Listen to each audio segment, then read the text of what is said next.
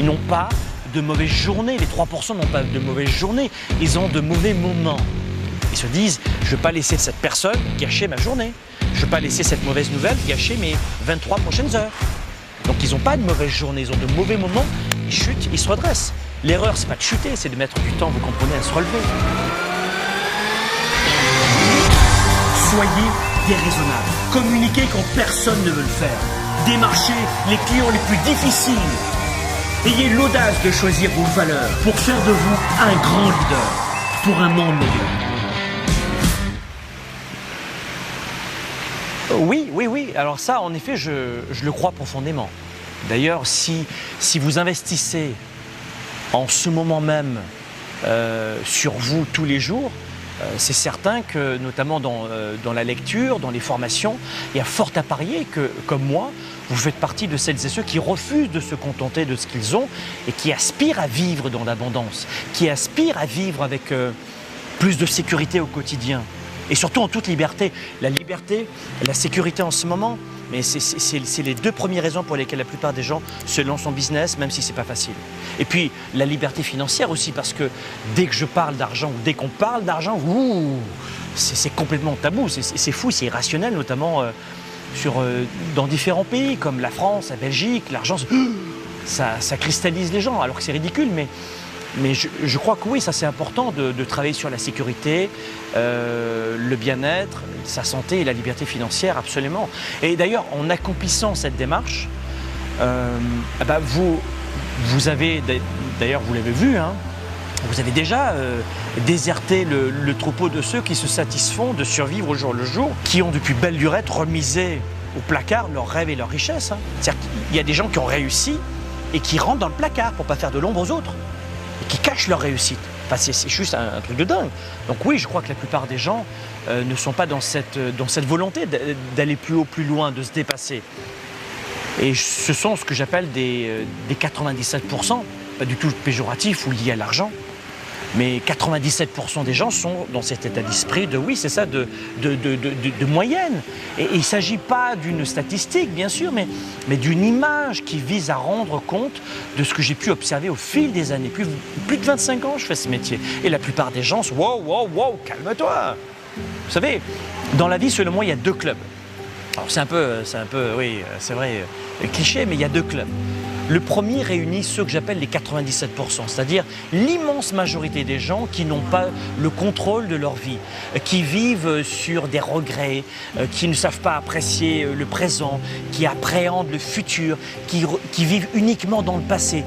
Waouh, 97% des gens sont dans ce créneau-là. La plupart des gens, 97% des gens, se sentent prisonniers des circonstances, du regard des autres. 97% des gens ressassent leurs échecs et sont incapables de se projeter dans un avenir meilleur. Ils sont incapables de se projeter dans un avenir, dans un futur meilleur, parce qu'ils sont cristallisés, figés. 97% des gens vivent dans la peur du lendemain. Ils se ratatinent sur eux-mêmes. C'est vrai, c'est fou, mais c'est vrai. La plupart des gens sont à la recherche d'une sécurité illusoire et rabougrie.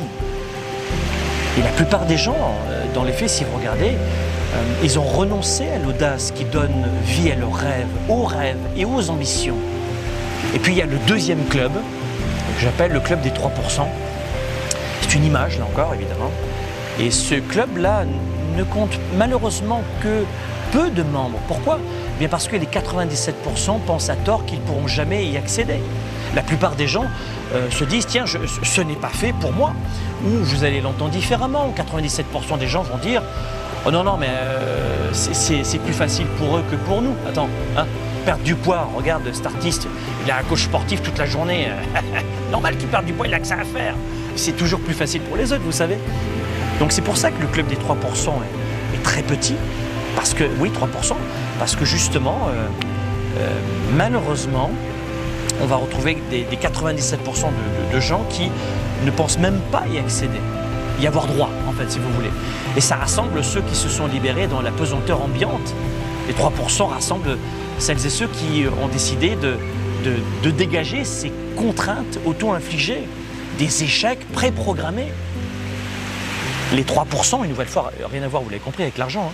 Les 3% ont atteint leurs objectifs dans leur vie, pas celle des autres, qu'ils se sont fixés, qu'ils ont choisi.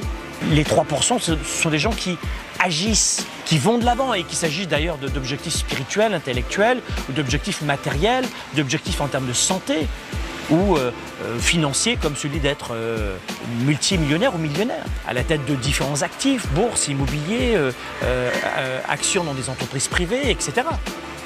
Les 3% ont décidé qui ils voulaient être. C'est ça qui est important dans ma définition. Les 3% ont décidé de vivre leur vie en dépit des obstacles et du jugement des autres. Pas croire que tous ces gens-là avaient une enfance et qu'ils sont tous nés avec une cuillère d'argent dans la bouche et que ce sont tous des fils de millionnaires, de milliardaires. Regardez bien, être un fils de millionnaire, de milliardaire, j'appelle cela une anecdote, comme gagner au loto. C'est une anecdote. La plupart des gens qui m'écoutent en ce moment sont issus de la classe populaire comme moi ou de la classe moyenne. Mais on n'est pas des fils d'eux en général. Donc la plupart des gens qui sont dans le club des 3% ont pu rencontrer des obstacles sur leur route, mais ils sont allés de l'avant. Parce qu'ils ont forgé leurs valeurs, parce qu'ils ont choisi leur direction, parce qu'ils ont un fort leadership qu'ils ont travaillé, parce qu'ils prennent du temps à lire, à se former, à apprendre et à passer plus de temps sur leur développement personnel, sur leur développement d'entreprise que devant Netflix. Oui, en fait, ce sont des gens qui ont travaillé leur croissance personnelle et ils sont heureux dans leur vie, même s'ils connaissent comme tout le monde des hauts et des bas. Ils n'ont pas de mauvaises journées, les 3% n'ont pas de mauvaises journées, ils ont de mauvais moments.